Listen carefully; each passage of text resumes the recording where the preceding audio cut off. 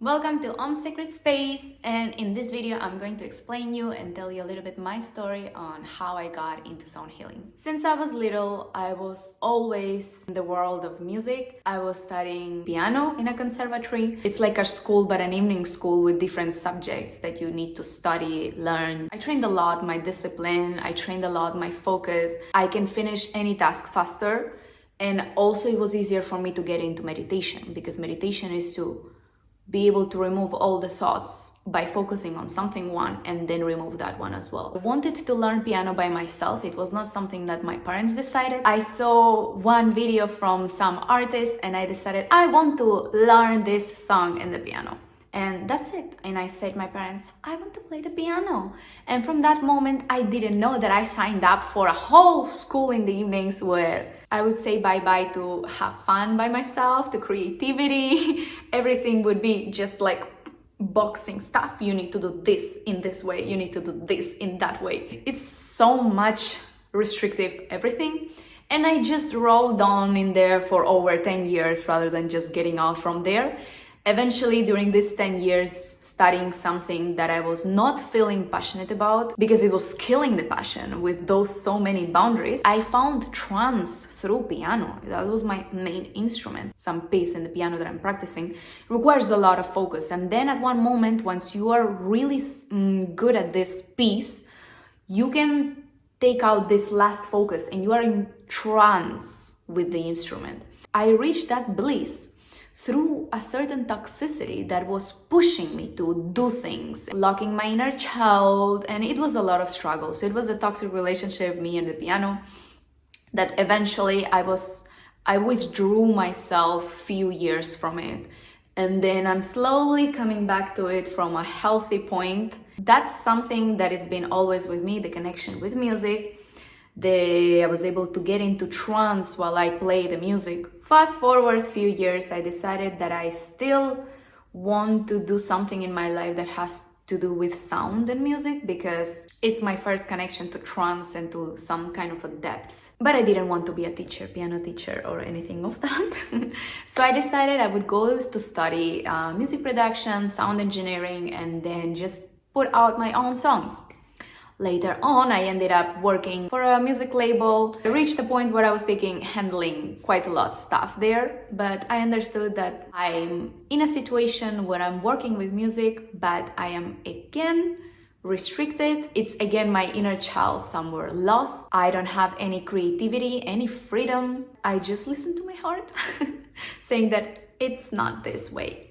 It's not this way, and I'm not going again somewhere where I know that it's gonna develop something toxic in my mind. So I got out from there, I dropped the job, and then my partner told me, why don't you try sound healing? There is something that is with Tibetan bowls.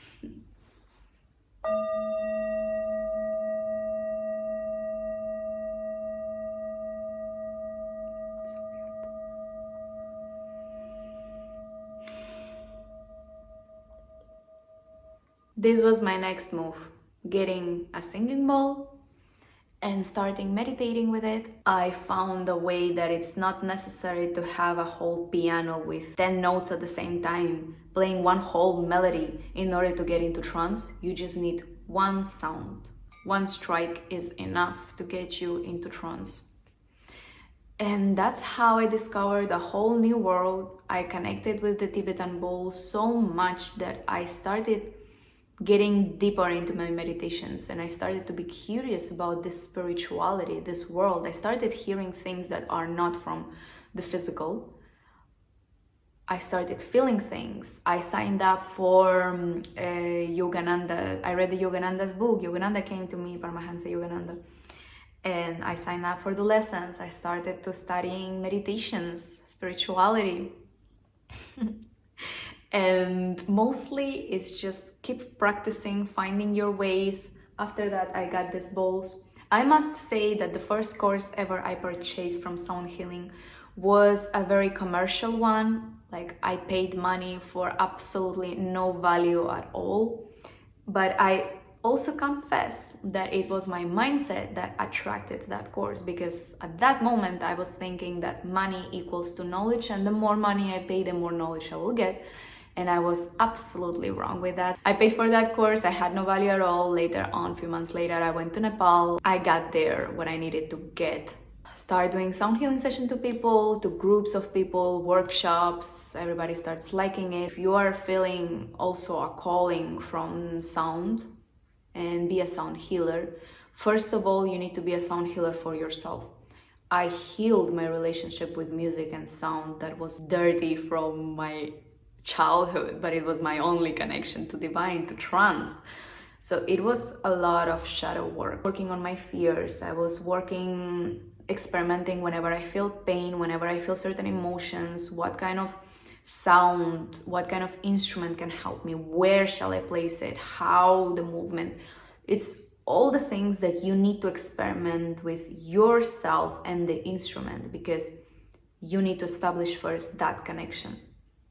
And it also should not be superficial. It has to be through divine.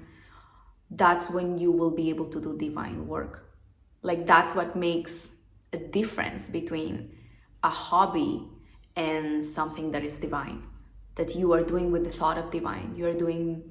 You are acknowledging, you are asking permission to the guides, to the angels, to gods, different types of gods, to spirits, to ancestors, whatever you connect with through to the divine. You connect with it before doing any session. And all the insights, all the downloads of information that you get throughout that moment. I just saw a whole big thing there. Okay. I'm having fairies now, so they are here all around. So funny. So yeah, my recommendation is to first establish a connection between you and the instrument, one by one. Don't get yourself a whole set. You just need to find a way to how heal yourself, because you cannot be something for others that you cannot be to yourself. So you will know that you can sound heal others the moment that you sound heal yourself. And then my advice is to, because you found yourself, you healed yourself, you have your connection to divine, somehow, your own way.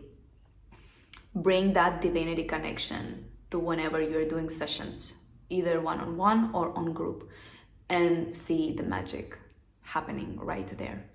Let me show you the instruments that I'm having. As you can see, there is one guitar over here.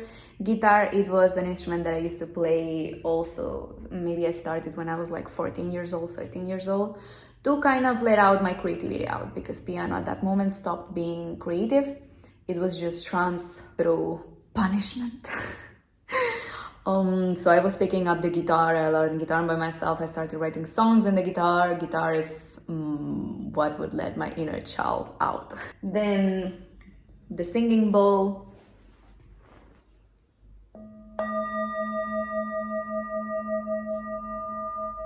Another one. I don't know if you can see that. Yeah, it's that one, small one. Then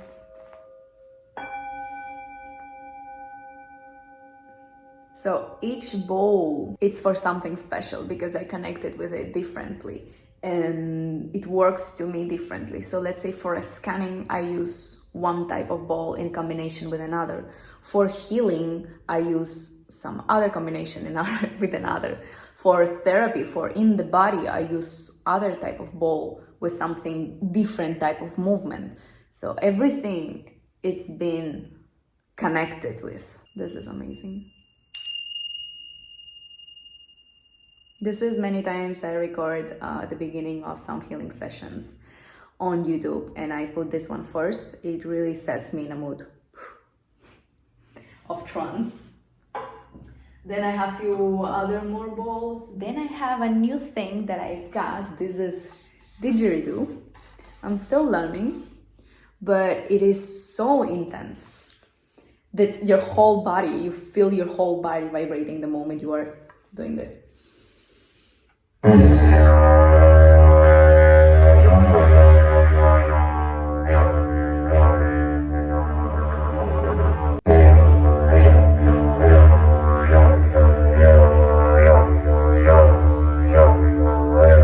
It requires a lot of buildup of your air. Then I have these crystal bowls, instruments that you see me playing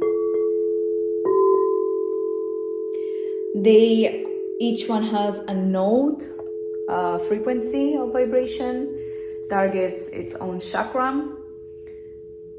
It also works depending on your direction and intention. So it's not that if you don't get a heart chakra instrument, you will not be able to heal your heart. You just need sound, a point where you want to go, and the intention. So you just get sound, you want to target your head, and what is the intention behind, and link it to the divine. Everything you're doing is through divine. And that's how you do the best healing. Another instrument, a new one, and it's completely beautiful. This over here is the handpan, and it's a very meditative type of instrument. All the people that I've seen taking a handpan, it's like a bubble suddenly creates around themselves and they get immersed.